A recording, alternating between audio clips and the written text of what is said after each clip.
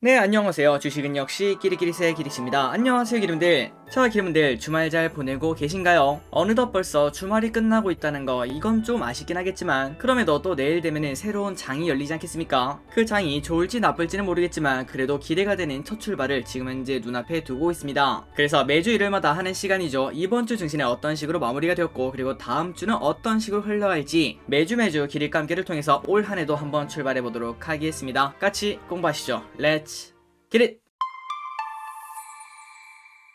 자, 오랜만에 이 컨텐츠를 한번 소개해드리도록 할게요. 이 영상 안에서는 이렇게 4가지를 정말 빠르게 설명을 하고 마무리가 됩니다. 일단 첫 번째, 이번 주 증시 흐름이 어떤 식으로 나왔는지 그거를 정리하고요. 그리고 두 번째, 이번 주 매동 및 연기금과 외국인이 어떤 걸 샀는지 그거를 정리합니다. 다음으로 이번 주에 있었던 큼지막한 뉴스를 복습을 해보고요. 그리고 마지막으로 다음 주에 있을 큼지막한 뉴스를 예습을 한다고 생각하시면 될 것 같습니다. 그리고 이 영상은 매주 일요일마다 업로드가 될 예정입니다. 그러니 여러분들은 주말에 푹 쉬시다가 이것만 보시면 깔끔하게 정리가 된다고 볼 수 있겠죠. 그냥 편할 때 10분 정도 시간 내서 들으시면 될 것 같습니다. 자, 바로 시작하도록 할게요. 그리고 좋아요는 사랑입니다. 감사합니다. 바로 코스피로 들어가도록 하겠습니다. 코스피 마감은 2978로 마감이 되었고요. 그런데 지금 딱 봤을 때 새로운 호재도 그리고 새로운 악재도 딱히 없는 상황이기 때문에 아마도 이 수준을 조금 유지하지 않겠나 이러한 생각을 해볼 수 있고요. 그리고 이제 슬슬 어닝 시즌 실적 발표 시즌이 다가오고 있는데 그래서 전체 지수 같은 경우에는 큰 변동이 없이 슬금슬금 올라가는 그 정도의 흐름을 나타내지 않을까 이렇게 볼 수 있고요. 그리고 그 안에서는 실적이 잘 나오는 기업들이 쭉쭉 뻗어나가는 그러한 흐름이 나오지 않을까 이렇게 볼 수 있습니다. 어쨌든 지금 현재 연이틀 하락하며 60일선에 딱 걸쳐 있는데 다음 주에는 다시 상승을 해냈으면 좋겠습니다. 그리고 다음으로 코스닥을 보도록 하겠습니다. 자, 코스닥을 보시면은 전체적으로 오른쪽으로 약간 흘러내리는 그러한 흐름을 나타내고 있죠. 고점도 낮아지고 저점도 낮아지고 있는데 자, 지난주에는 코스피보다는 코스닥이 조금 더 탄력적인 모습을 보여줬습니다.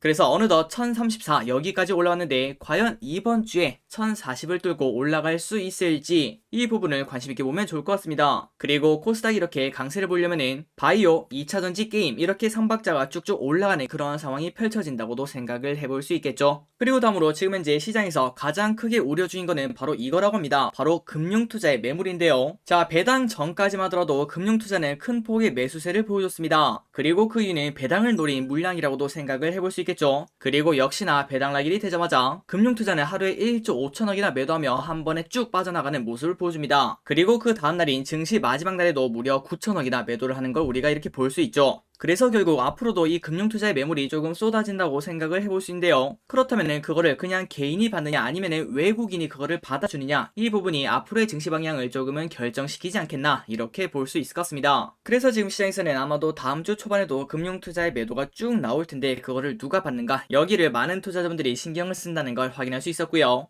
그리고 금융투자를 제외하고 다른 외국인과 연기금을 봐도 현재는 매도를 하고 있기 때문에 조금은 아쉬운 상황이 아니겠는가 이렇게 볼 수 있습니다. 그리고 참고로 12월 딱 한 달만 그때 매동을 보자면은 개인은 5조 6천억을 매도를 했고요. 그리고 외국인은 3조 2천억 매수 거의 대부분 삼성전자와 하이닉스라고 볼 수 있겠죠. 그리고 아직까지 금융투자가 2조 6천억이나 매수한 물량이기 때문에 이 전체는 아니더라도 그래도 상당 수준의 매물이 쏟아지겠구나 이러한 생각은 해볼 수 있습니다. 다음으로 환율을 보도록 하겠습니다. 어느덧 또 많이 올라왔네요. 1190.5원. 자, 외국인이 돌아오려면 이 환율이 다시 한 번 더 떨어져야 될 것 같은데 과연 다음 주에 1190원에서 쭉쭉 다시 떨어질지 이 부분을 관심 있게 보시면 좋을 것 같습니다. 아마도 1200원에 가지는 않겠죠. 그리고 최근 들어 슬금슬금 올라오던 WTI 75.21달러로 소폭 하락하고 마감이 되었습니다. 자, 이 WTI도 다시 80달러를 갈지 관심있게 봐야겠죠. 그리고 빅스를 보자면 19.7로 안정적인 모습을 현재 보여주고 있습니다. 그러니까 지금 봤을 때 하락은 크게 걱정할 필요가 없다는 거겠죠. 그리고 참고로 빅스는 20 전후로 그 정도 위치하고 있으면 그냥 잔잔한 흐름이구나 이렇게 보시면 되고요. 혹시나 20을 강하게 뚫고 이런 식으로 쭉쭉 올라간다면은 그때는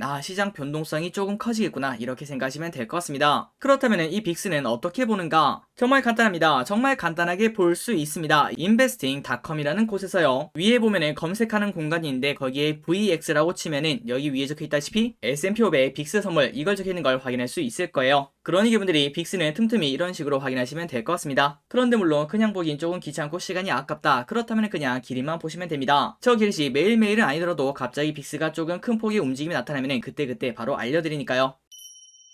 그리고 미국 10년물 국채금리는 크게 올랐다가 다시 하락하고 마무리가 되었습니다. 1.512. 그리고 금요일날 미국 장은 어떻게 끝났는가? 다우산업 0.16% 하락, 나스닥 0.6% 하락, S&P 500 0.2% 하락으로 살짝은 좋지 않았습니다. 그렇다면 뉴스 기사를 통해서 관련 내용을 보도록 할게요. 특별했던 한 해라고 합니다. 무려 S&P가 27%나 상승했고요. 그리고 나스닥이 21% 상승으로 21년이 마무리가 되었다고 합니다. 자, 웰스파고 인베스트먼트의 크리스 해버랜드는 21년은 미국 증시에 매우 특별한 해였다. 시장은 매우 수용성 높은 재정 및 통화 정책의 지원을 받았으며 이어 기업 실적 호조도 미국 증시를 끌어올린 원동력이라고 덧붙였다고 하네요. 그래서 S&P 500 안에서 에너지와 부동산이 각각 40% 이상 오르며 가장 높은 수익률을 기록했으며 기술 및 금융부문도 30% 이상 상승하고 마무리가 되었다고 합니다. 자, 한국에만 투자하는 기르분들의 입장에서는 조금은 아쉬운 그러한 결과라고 볼 수 있겠지만 하지만 모든 거는 돌고 돈다고 볼 수 있겠죠. 작년에 조금 약했던 한국 그리고 중국 같은 경우에는 올해 다시 강한 모습을 보여줄 수 있으며 그리고 그 반면 작년 한 해 엄청나게 강했던 미국 올해는 조금 쉬어가지 않겠나 이러한 생각도 현재 할 수 있다고 합니다. 기사를 계속 보도록 하겠습니다. 시장은 22년 증시가 21년 증시보다 조금 더 어려운 상황을 맞을 것으로 전망을 합니다. 그 이유는 페드가 인플레이션에 대처하기 위해서 완화적 통화 정책을 중단하고 긴축으로 돌아서는 게 확실시 되기 때문이라고 하네요. 그래서 올해는 미국 증시는 조금 성장세가 둔화되는 그러한 한 해가 되지 않겠나 이러한 시각이 있다고 합니다. 자, 다음으로 이번 주 우리 장에 어떤 식의 흐름이 나올지 그걸 한번 보도록 하겠습니다. 어닝 시즌 본격화 1월 효과 나타날까? 새해 첫 주 국내 증시는 내일부터 시작하겠죠. 신고가 랠리로 시작했던 지난해와 달리 수급 여건이 녹록치 않을 전망이라고 합니다. 다만 실적 시즌에 돌입하는 가운데 코스피 연간 추정치는 상향 조정되고 있기 때문에 이에 따른 투자 전략이 필요하다 이러한 조언이 따른다고 하네요. 그리고 이번 주에는 미국 FOMC 의사록 공개와 세계 최대 전자전시회 CES 개막도 예정이 되어 있다고 합니다. 그래서 이번 주 수급이 안 좋다고 하는데 그게 무슨 소린가 봤더니 바로 이거네요. 아까 우리가 봤던 금융투자 있죠? 그 금융투자 순매도세가 증시의 하방 압력을 지난주에 높였으며 그리고 지금부터 시작하는 1월에도 프로그램 매물출의 공매도 구축과 함께 개인의 거래대금 감소세를 감안하면은 연초 수급 여건이 녹록지 않을 것이란 예상이 나온다고 합니다. 그래서 결국 이러한 수급 여건이 좋지 않은 상황에서 외국인이 어떤 식의 선택을 하는가 이게 바로 지수의 방향성을 결정하지 않을까 이렇게 볼 수 있다고 하네요. 자, 삼성증권의 이야기를 보도록 하겠습니다. 금융투자의 매수 차익 잔고는 월 초부터 물량이 출혈할 여지가 많고 그리고 고객 예탁금 잔고는 시중금리 상승과 비례해 수위가 낮아지고 있으며 개인 거래대금 감소가 두드러지는 상황이라고 합니다. 그래서 결국 현선물 차익거래에 집중하는 기관 투자자를 제외하면은 기댈 곳은 외국인 수급일 텐데 결국 외국인이 돌아오려면은 달러의 완만한 약세가 먼저 확인이 되어야 된다 이렇게 말했다고 합니다. 그러니까 지금 현재 1190원인 환율 이게 과연 다시 떨어질 수 있을지 이거를 먼저 확인을 해봐야 된다는 거겠죠. 그리고 전문가들은 이번 주 미국 FOMC 12월 의사록 공개가 예정된 가운데 최근 긴축 의뢰도 달러 강세가 제한되고 있는 점 여기에 주목을 했다고 한데요. 삼성증권에서는 올해 3회 금리 인상을 공식 예고했던 12월 FOMC 이후 달러 인덱스 상방이 오히려 제한되고 있는 점을 집었다고 합니다. 그러니까 쉽게 말하자면 긴축 가능성을 반영해 달러가 먼저 올라왔다고 가정을 한다면 이후 상승 모멘텀은 그러니까 달러가 더 이상 올라가지 않을 확률이 높다는 거겠죠. 그리고 여기에 오미크론과 인플레이션 우려 완화, 중국 정부의 경기 부양 기조 등은 달러 하방 압력이 될 소지가 다분하다고 합니다. 그러니 결국 이 말을 보자면 달러는 슬금슬금 하락할 거고 결국은 다시 외국인이 돌아오지 않겠나. 그렇다면 지금 현재 외국인이 지속적으로 사고 있는 반도체 중심으로 다시 한 번 더 랠리가 나오지 않겠나 이러한 생각을 해볼 수 있겠네요. 그리고 이어서 마지막 내용을 보도록 하겠습니다. 아울러 삼성전자와 LG전자의 잠정 실적 발표를 시작으로 4분기 어닝 시즌에 본격 돌입하게 되는데요. 이에 실적 컨센서스가 상향 조정되는 업종을 주목하자는 의견이 제시가 된다고 합니다. 그래서 4분기 1개월 주당 순이익 변화율이 유의미하게 변한 업종은 화장품, 운송, IT 하드웨어, 헬스케어, 건설 이렇게 꼽았으며 그리고 올해 1분기 영업이익이 전년 대비 증가율이 높은 업종은 미디어, 철강, 운송, 반도체, 소프트웨어 이렇게 분석을 했다고 합니다. 그리고 연초 외국인 순매 수입이 가장 강한 섹터는 반도체라고 집었다고 하네요. 그리고 플러스 이번 주에는 아마도 많은 사람들이 여기에 집중을 할 것 같습니다. 오는 5일부터 8일까지 열리는 CES 2022는 IT 업종에 대한 관심을 모을 전망이며 이 안에서는 IoT, 모빌리티, 로보틱스, 건강, 몰입형 엔터테인먼트 그러니까 지금 이걸 딱 봤을 때 최근 들어 강세를 보이는 로봇이 야 이번 주에도 한 번 더 또 달려줄까 이러한 생각을 해볼 수 있겠죠. 신한금융투자에서는 CES 개최 전후로 소비재에 가까운 IT 가전의 주가가 상대적으로 긍정적이었던 바가 있다고 합니다. 그래서 이번 주에 CES가 열리니까 IT를 중심으로 주가가 다시 올라줬으면 좋겠습니다. 그리고 마지막으로 지금 현재 비트코인의 차트를 보자면은 5,700만원 전후에서 그냥 현재 왔다 갔다 하고 있습니다. 그러니 이걸 봤을 때 월요일날 출발이 그렇게 나쁘지는 않겠구나 이러한 생각을 해볼 수 있겠네요. 자, 여기까지 이번 주 증시 정리를 빠르게 해봤고요. 조금 시간이 걸렸네요. 여기서부터는 빠르게 보고 끝내보도록 하겠습니다. 자, 이번 주에 연기금 외국인이 도대체 무엇을 샀는지 한번 보도록 하겠습니다. 일단 연기금 LG전자, SK이노베이션, SK하이닉스, 삼성바이오로직스, SKIT, 삼성전기, 삼성 SDI, SK, LG 디스플레이, 현대모비스, 일진 머티리얼즈, 하이브, LNF, 유한양행, 위메이드, ST바이오센서, 현대중공업, 현대차, 카카오게임즈를 매수하고 있습니다. 다음으로 외국인이 이번 주에 무엇을 샀는지 보도록 할게요. 삼성전자 계속 사네요. 그리고 LG화학, LG디스플레이, SK텔레콤, HMM, SK하이닉스, 삼성엔지니어링, 삼성물산, 네오위즈, 카카오페이, SK스퀘어, 크래프톤, 하나금융지주, 대한항공, LNF, 카카오, 안랩을 매수합니다. 마지막으로 개인은 삼성증권, 기아, 타이거 차이나전기차 ETF, 포스코, 금호석유, 효성첨단소재, 네이버, SK바이오사이언스, 카카오, KTNG, 상하프론테크, KT, 에코프로, 셀트리온, SK텔레콤, 아모레퍼시픽, 두산퓨얼셀, 카카오뱅크, NC소프트를 매수합니다.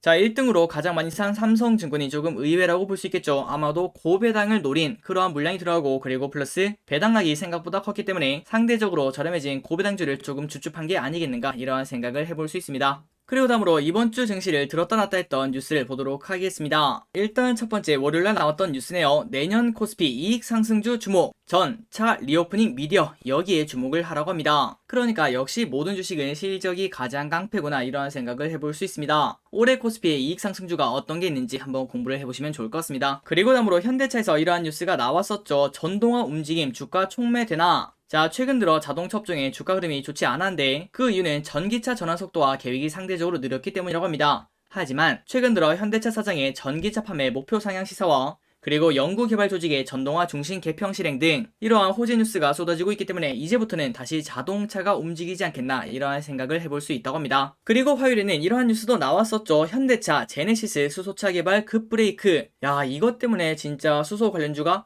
기본 마이너스 10%씩 쭉쭉 떨어졌습니다. 그래서 지금 많은 투자자분들은 야, 근데 어차피 수소는 상용차지 승용차가 아니야, 이러한 생각을 바탕으로 조금 낙폭이 과대하다, 이러한 생각을 해볼 수 있겠지만, 그럼에도 아직까지 주가는 큰 폭의 반등을 현재 보여주고 있지 않습니다. 그러니까 충격을 조금 받았다고 볼 수 있겠죠. 과연 앞으로는 어떠한 흐름이 나올지 관심있게 보면 좋을 것 같습니다. 다음으로 전기요금 그리고 가스요금이 오른다는 소식이 드디어 나왔습니다. 2022년 2분기 그리고 4분기 이렇게 두 번 동안 연속으로 올린다고 하네요. 그리고 올해 1분기에는 굵직굵직한 뉴스가 많다고 합니다. 일단 첫 번째, 아까 봤던 CES 박람회가 열리고요. 그리고 그 다음 주 JP모건 헬스케어 컨퍼런스가 열립니다. 그러니까 바이오가 그 전으로 움직일지 관심있게 보면 좋다고 볼 수 있겠죠. 그리고 2월 4일부터 2월 20일까지는 중국 베이징 동계올림픽이 있으며 3월 9일에는 20대 대통령 선거가 있다고 합니다. 다음으로 수요일 이러한 뉴스가 나왔었습니다. 반도체 배터리 공장 멈출라, 중국 시안 봉쇄령에 삼성전자 우려. 자, 이것 때문에 삼성전자 주가가 조금 하락했다고 생각을 해볼 수 있습니다. 빠르게 이 우려가 사라져서 다시 한 번 더 8만전자를 도전을 했으면 좋겠네요. 그리고 목요일에는 하나의 단독 기사가 또 나왔었습니다. 자, 그 기사에서는 삼성전자가 바이오젠을 인수한다, 이러한 소식이 나오며 나스닥에 상장된 바이오젠이 무려 10% 가까이 오른 바 있었는데, 그런데 그 다음날 삼바에서 이러한 공시를 내보냈습니다. 바이오젠 인수 사실 아냐, 공식 부인을 했다고 하네요.